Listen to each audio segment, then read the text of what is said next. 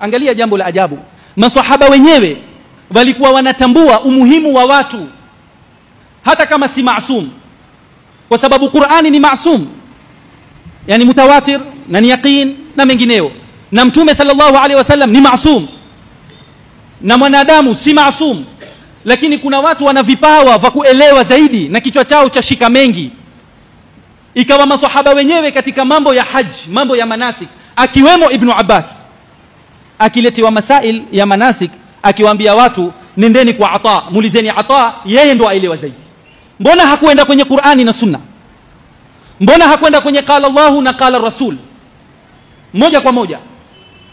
Lakini anajua kuwa nikiwaambia watu nendeni kwa Ata, Ata ni huyo qala Allahu wa qala Rasul. Nikiambia watu nendeni kwenye madhahib, ndio majawabu yaja. Nimewaambia watu nendeni kwenye qala Allahu wa qala Rasul. Nitatoa baadhi ya mifano ya kufahamisha maswahaba wenyewe walikuwa ni madhahib wakikhtalifiana na wanaendelea bila ya mushkila wowote. Hakukuwa na hizi vita za kutaka watu wote wawe na kauli moja. Masala ya tahara, maji ya bahari haya yafaa kutawadha na maji ya baharini? Maana maji yana chumvi, yana harufu fulani. Maswahaba wamekhtalifiana. Abdullah ibn Amr na Abu Huraira wanasema haifai kutawadha na maji ya baharini, kamfunge pingu au anza kumlaani au sema hajui hadithi. Huyu apoteza watu huyu. Ambapo ukiangalia masahaba wengine wamesema yafaa, na hii khilafu ambayo kwamba alikwenda nayo Abu Huraira na Abdullah ibn Amr, sio ibn Umar, ibn Amr, madhahib manne yote hayakuzingatia, hawakuchukua kauli zao.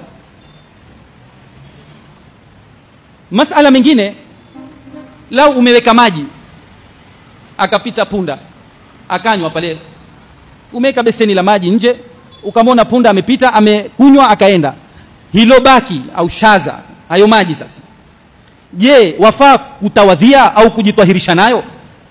Yanaitwa surul himar na suru siba. Abdullah ibn Umar asema ni makruhu, na ndio madhhab ya al-Imam Abu Hanifa na madhhab ya Imam Malik. Ama Sayyidina Umar ibn al-Khattab na Abu Huraira wanasema la, inafaa kutumika, na ndio madhhab ya Imam Shafi'i na madhhab ya Hanbali. Waona maswahaba hayo ni madhahib hayo, kwa sababu madhahib ni kule kutofautiana katika kuelewa sheria. Mashikio haya tunapotawadha, haya mashikio yako ni pati ya uso au ni pati ya kichwa, au ni independent, si ya uso si ya kichwa?